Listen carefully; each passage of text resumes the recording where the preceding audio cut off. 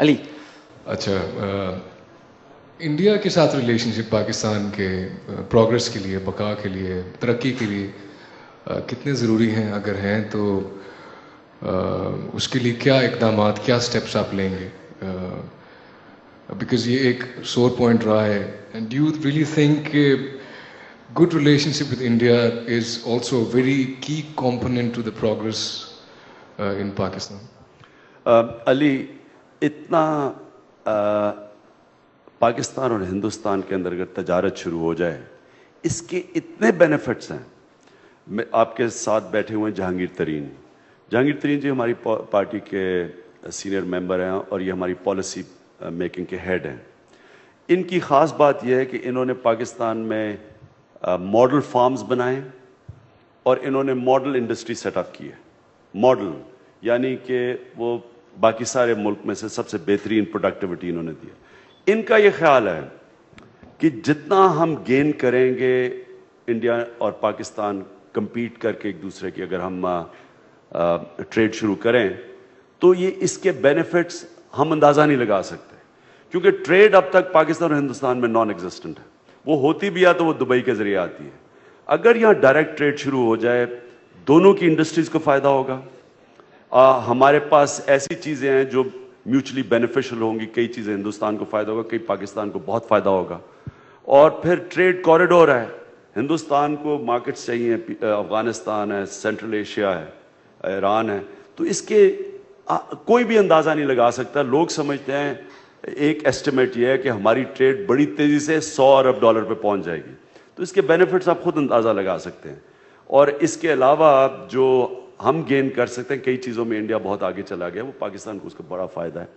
اور ہندوستان کو خاص طور پہ فائدہ یہ ہے کہ سارا انرجی کوریڈور پاکستان کے ذریعے ہے. تو ہندوستان نے اگر اکنامک جائنٹ بنا ہے تو اس کو انرجی چاہیے، اور وہ سارا جو بھی کیسپین سے لے کے نیچے ایران تک سب کچھ پاکستان کے ذریعے. تو دونوں کو بہت فائدہ ہے.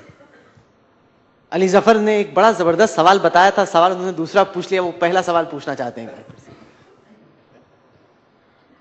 پاکستان میں ایک اس وقت جو سوسائٹی ایک بڑی کمپلیکیٹڈ سی ڈائیکاٹمی ہے اس وقت، جہاں ایک طرف آپ کے پاس سو کالڈ کنزرویٹیوز ہیں جن کا ایک خاص مائنڈ سیٹ ہے، اور دوسری طرف پروگریسو لبرل.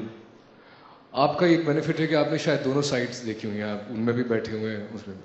اب ایک لیڈر کا کردار ہوتا ہے، اس کا رول ہوتا ہے کہ سوسائٹی میں ایک بیلنس آف ایکویشن لے کے آنی دونوں کے درمیان، دونوں کو ڈس کیے بغیر. I guess how do you plan to do that? دیکھیں علی، جو ڈیموکریسی کی سب سے بڑی خوبی وہ یہ ہوتی ہے کہ وہ انکلوسیو ہوتی ہے. میں اب آپ کو پاکستان میں بتاتا ہوں کہ جب بی جے پی کی گورنمنٹ آئی تو ہم پاکستان میں بڑے خوفزدہ تھے کہ تو رائٹ ونگ آ گئے ہیں، یہ پتہ نہیں پاکستان پہ حملہ کر دیں گے. ایکچولی اس بی جے پی گورنمنٹ نے وہ ڈائلاگ شروع کیا جو کوئی امیجن بھی نہیں کر رہا تھا.